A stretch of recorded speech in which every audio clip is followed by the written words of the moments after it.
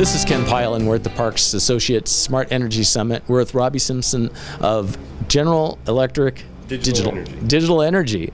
So Digital Energy, it sounds like that's a neat title, neat name. And it sounds like you're involved in a lot of the standards work. You're the chair of the 2.0, the Smart Energy Profile 2.0 task, and as I understand, that was just passed, or 2.1 was, I guess, right? No, 2.0. So, well, why don't you tell us about it? Yeah, so 2.0 is at what we're calling a frozen state.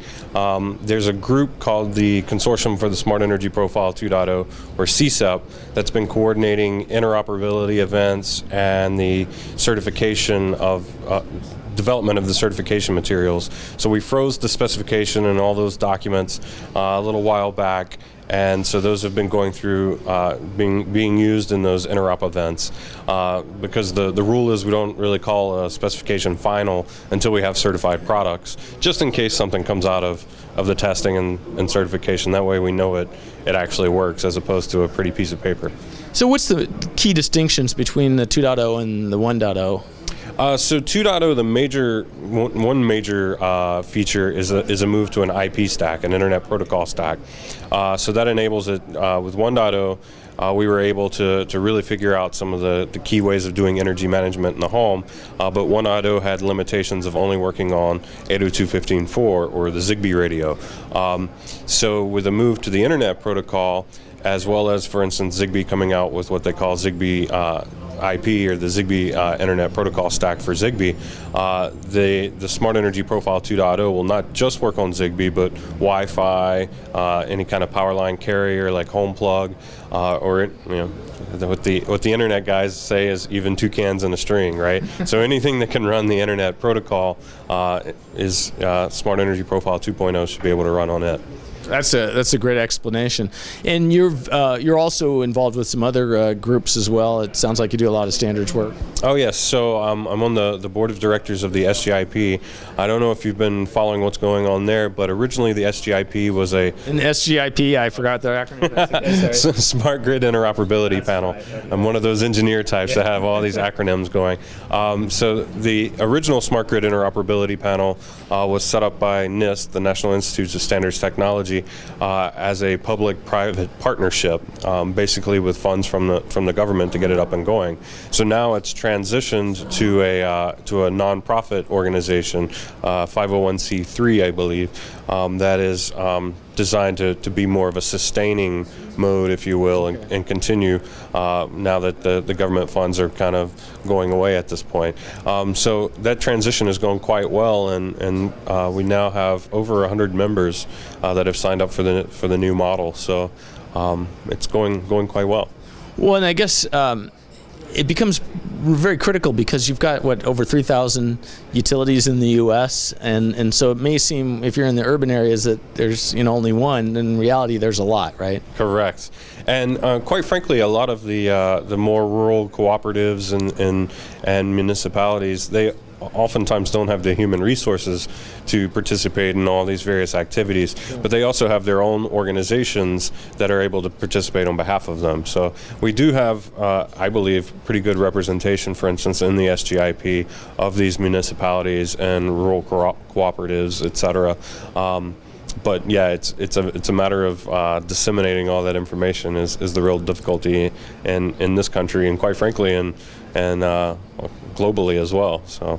Well, and I guess, and that's where I remember hearing this from, I think it actually might have been someone from GE, from the appliance division, just the challenges of one smart meter with one operator would work different. They'd have another operator would have a different smart meter, right? So that's the intention behind these standards like Smart Energy Profile 2.0 is if we can get everyone to move to if anything, just an IP stack, that at least gives you a common layer for internetworking, which is where the whole Internet Protocol idea comes from, so that while you can still evolve, you can cross-link layers and you can have some level of interoperability and hopefully move to even additional interoperability with various standards.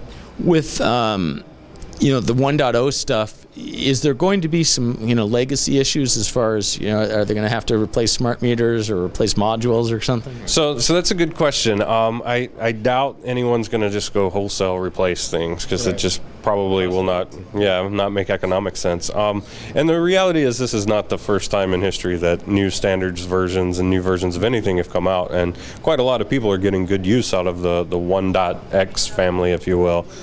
We're in Texas right now, and Texas is a shining model of the use of home area network devices using 1.x. So I don't know that people are just going to go wholesale rip things out. There may be utilities that choose to upgrade if their meters are capable of upgrading to the new profile. There may be others that have translation devices, gateway devices.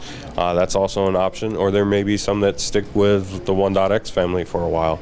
So certainly there's no planned obsolescence or no, forcing upgrades or anything like that. So I think we'll just gradually see an uptake as the market needs.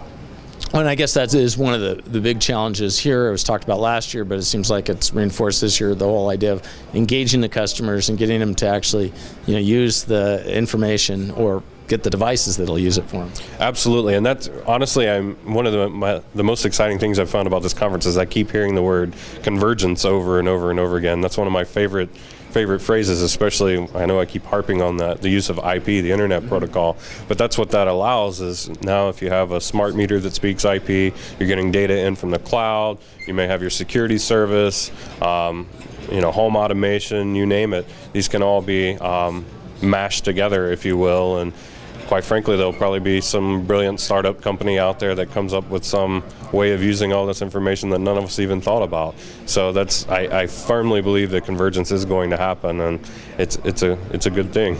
Well, and clearly that's GE's philosophy too, with this industrial Internet of Things that they're involved with and stuff. But tell us a little bit about the group you work with, the Digital Energy part of GE. So GE Digital Energy, you can think of it as akin to the smart grid part of energy. So we do everything from smart meters to distribution automation, substation automation, those types of aspects that are now kind of at the forefront of the smart grid thinking. So we focus a lot both on the physical components as well as the communications, and then also services that come along with that. One of the reasons we harp so much, for instance, on interoperability is while we have the plethora of devices that can make up this whole system, we know there's we might hope, but we know there's no way we're going to sell an entire system to a utility, for instance. So we need to be able to plug and play with other vendors' products. And but that is one of the beauties of a company like GE Digital Energy is we're able to zoom out and see the bigger picture and know that, first off, interoperability is a key component of the smart grid, and to know that there is a bigger picture out there, and it is a large system of systems, and we're able to look at it from that perspective and look at the services that are needed and the various products and things.